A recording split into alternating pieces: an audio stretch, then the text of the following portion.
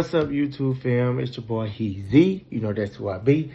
So today I just want to give you guys a little part one of a part three story time about how God transformed me. Like I want to bring you from my youth to show that I was in the church, and then when you become a teenager, 18, 19, how I was just trying stuff I ain't had no business doing. Then boom, to where I'm at now, how God took me back. But so I guess I'm gonna start with um, when I was 8 years old, my mom passed, and my great grandma was taking care of me, but she was pretty old because it was the year 2001. She was born like 1918, and like my aunt took me in, to help take the pressure out. But my great grandma still was, there. So, and my aunt was married to a deacon at a church, and he also was a Sunday school teacher. So my uncle. So that's how I got in church. And well, that's why I was introduced in church. And then I liked it, but the thing was is the youth department, so my aunt husband sister, so my aunt sister-in-law, okay, I say it that way. She was over the youth department, I guess because she was younger and she connected with the kids better, us better. But she was very involved, and I loved it. That's why I loved to go to church. Like she did praise dance, and back then there wasn't too many guys you would see on the praise team. It was just usually a lot of girls back then, unless you seen guys doing the white face paint with the gloves and all black mimes. But at our church, she was different. She had the guys included. Then we went to other churches that performed. I was in the youth choir. We did speeches. We did skits. So, she kept it fun and everything. And I remember when she first tried to make me lead a song. Y'all, I used to try to sing bad on purpose. And now, don't get me wrong, I'm not trying to say I'm the best singer out there or person that sounds so good I should get a record label. But I just feel like I can hold a tune when it comes to the gospel. Matter of fact, if you go to my channel, you can see a video where I posted of me singing, trying to sing an R&B song. I think it was Kaylani Folded Challenge. Then I was singing a gospel song. And some of y'all, which I appreciate, did come in and say, yeah, the gospel didn't sound for us, listen to God and things like that. And when I used to, but as a kid, I wasn't comfortable singing because, your biggest critics is your peers when you young. You can mess up one note or your voice just ain't even trained or not even ready to go. You could be just waking up from a nap and they start saying, oh, you sound bad. Can somebody else see that? So I was I'm still an introvert, to be honest. But so I really wasn't no social person. So anyway, getting on with the story. One time she had us to lead, I'm just give you an example.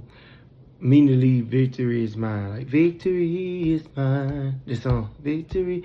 So, the verse part was when I rose this morning, I didn't have no doubt.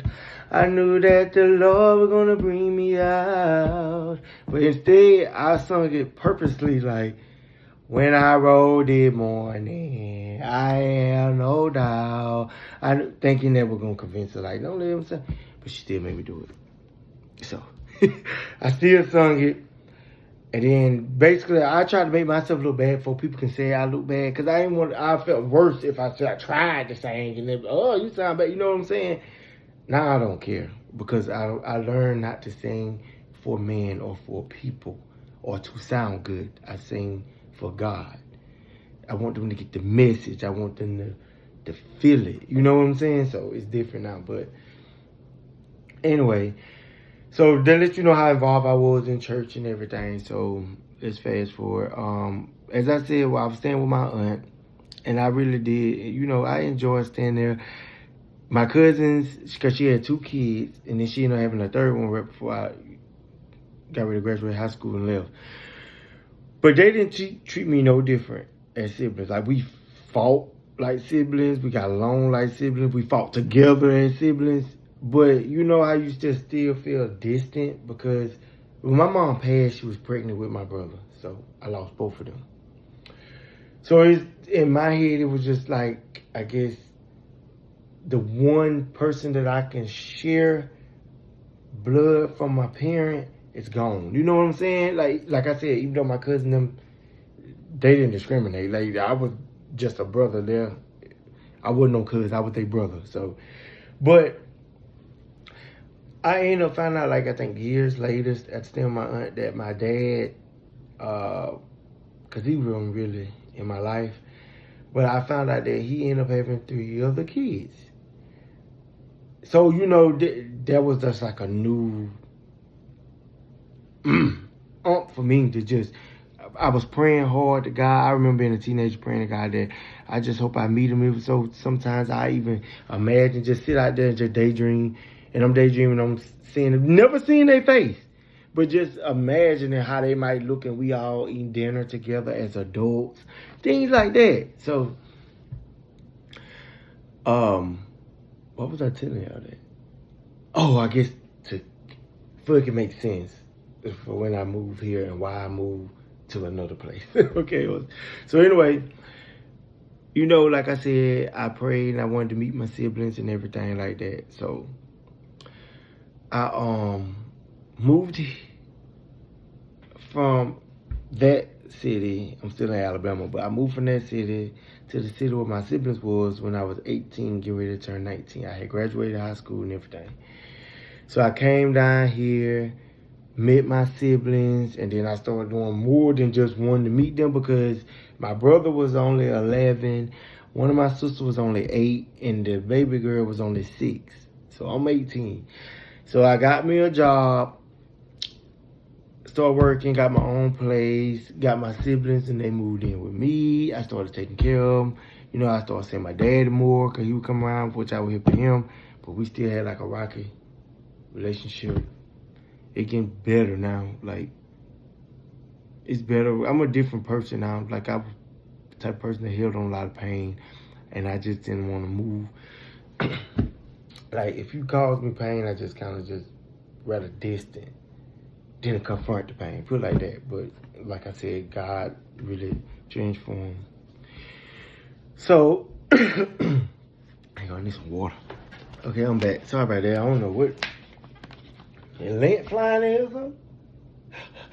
Am I breathing it in? I don't know what's going on. But anyway, dang. But if lint was just flying, I just realized how nasty that been. I'm literally trying to inhale it just to give myself a test, only to choke. Anyway, where was I? My dad. Oh, okay, and that's it. God transformed me. So, take care of my siblings and everything. We joined the church. You know, I would take, at first, I'm getting ahead of myself. I came here. Y'all, when I moved here, because I already tried some things in high school. I'm okay saying it now, because I'm 33 now. So, I ain't gonna get no whipping for it. But one of my cousins, before I moved, the one I said was my cousin treated me like a brother. He basically introduced me to marijuana and told me to try it the first time. And I didn't really like it, but I pretended like it because I wanted to fit in. So, excuse me, when I moved here, and before I got my own place, like, you know, I moved to a whole new city. So, of course, I was staying where my siblings were staying at, which were with their grandma at the time. So, I moved in with them. Didn't know none of these people, y'all. Like, I literally learned these people, like, what, 3 months before I moved in with them. So, even though, my great-grandma's daughter was here, my great aunt. And that's what I was staying with at first, until I got to know them, because, you know, I just wanted to be close to my sibling, even though they stay in the same city, but no car and stuff like that, you know what I'm saying? So, anyway, I was over there, and I really gotta do a lot of editing, because I keep forgetting where I was talking about. I said I was over there staying with them at their house. Oh, the weed. So I came down here, I was staying there, and of course, my sibling, well, I could say my aunts, because they were my dad's sister-in-laws. So one of them used to smoke, and one of them smoked sometimes. So I'm just trying stuff now, smoking with them. Oh, I was drinking. Oh, Lord, I was drinking. I think that was my first time being drunk. I was dancing with the fan. It was bad, but I was just doing stuff. I guess it wasn't hard to transition the first time because I'm looking like this is none of the stuff I really like anyway. I'm just doing it just to do it. So when I got my brother and sister, and we joined the church, and we were going to the church and everything. Oh, one time I even took my cousin, but I call her my aunt from down here, where I'm at now, because she's way older than me. That'll be another story time. It was so funny when I invited her to church with me. It was the one and only time she said she wasn't going back. But I had to tell that another story time. But anyway, so I was in church, and then I felt the need to just get up and sing during testimony time. And I did. And the first lady of the church was like, okay, Teddy. She called me Teddy, somebody from back in her time, I guess, used to sing songs or something. And she was telling me that I need to join the choir. So I eventually joined the choir. First, and which is crazy, how I just told y'all how I used to pretend that I couldn't hold a tune, because I ain't going to really just say I can sing. So I'm saying hold a tune. But I felt the push from God to just get up. Like I was feeling it for like probably 3 Sundays, and then I couldn't do it no more. I had to get up and do it. Everybody liked it, everything. They put me in church. Eventually, they put me over the youth department, because they felt like I was connecting to the kids, because at this time, I'm probably like, what, 21, 22? So I had them doing speeches for the holiday. We were doing skits, praise dance. I was teaching them songs. Like, we were just doing everything. Then I ended up getting a job working overnight at Walmart. And I felt like it was disrespectful to, like, come to church. Like, I get off, go in Saturday night at 10 and get off Sunday morning at 7, go home, take a shower, take a nap, while my siblings, when they get up and get dressed for church, when they finish getting dressed, they have to wake me up, and then I put on clothes and I drive us to the church. And then when we get to the church, I be pumped at first, and then I'm just dozing off. And I found like that was disrespectful. But then I'm also looking back at it, feel like I was using that more as an excuse just to miss church, if that makes sense. Because it's like, that's when I started leaning back left. I started back drinking again, and cussing and everything. So I was just doing stuff again. And this time, I ran from like God completely. Like, I wasn't doing no church. Usually I used to like sermons and stuff on social media. I was skipping over stuff, because I guess at that moment it wasn't me trying to turn my back on God. It was more of me feeling like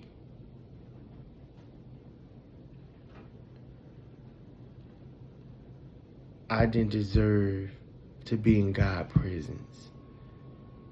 It took a lot of sin where a pastor came to the house and was reading the Bible with us. And he told us, we was like, we don't want to get in. Me and the relative were like, we don't want to get in church and then we backslide. He broke it down and said, see, that's your problem. You worry about what God got to fix. You trying to take what, he said, you basically try to make, because I don't want to say it was a God problem, because God can fix anything. So he said, basically, you trying to take over the tools from God to fix you. Your job is to surrender and come to him as you are, and come to him with the hunger, to want it, and allow him to do the rest.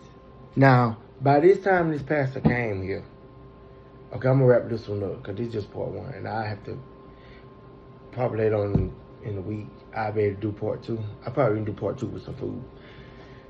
And I go into more of what I was doing when I said I was back in the world. But by this time, when that pastor said this, I had started smoking too. I couldn't stand smoke, but I eventually started smoking blacks.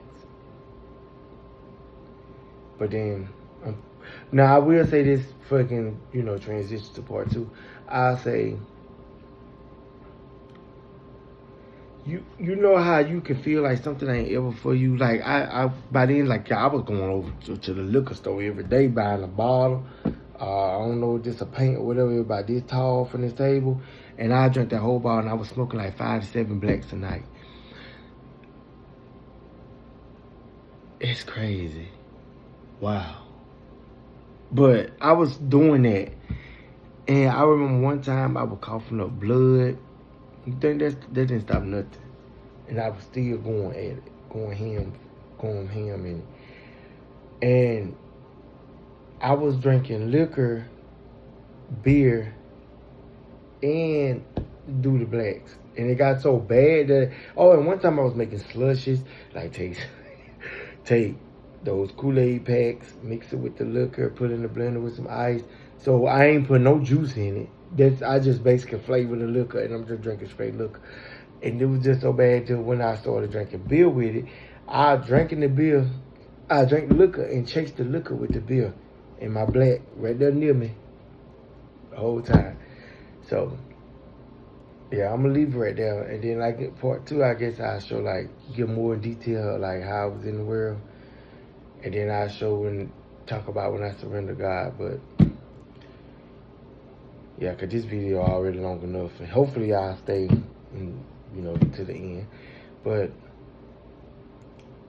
now that you know what I'm about, it's easy, and I'm out.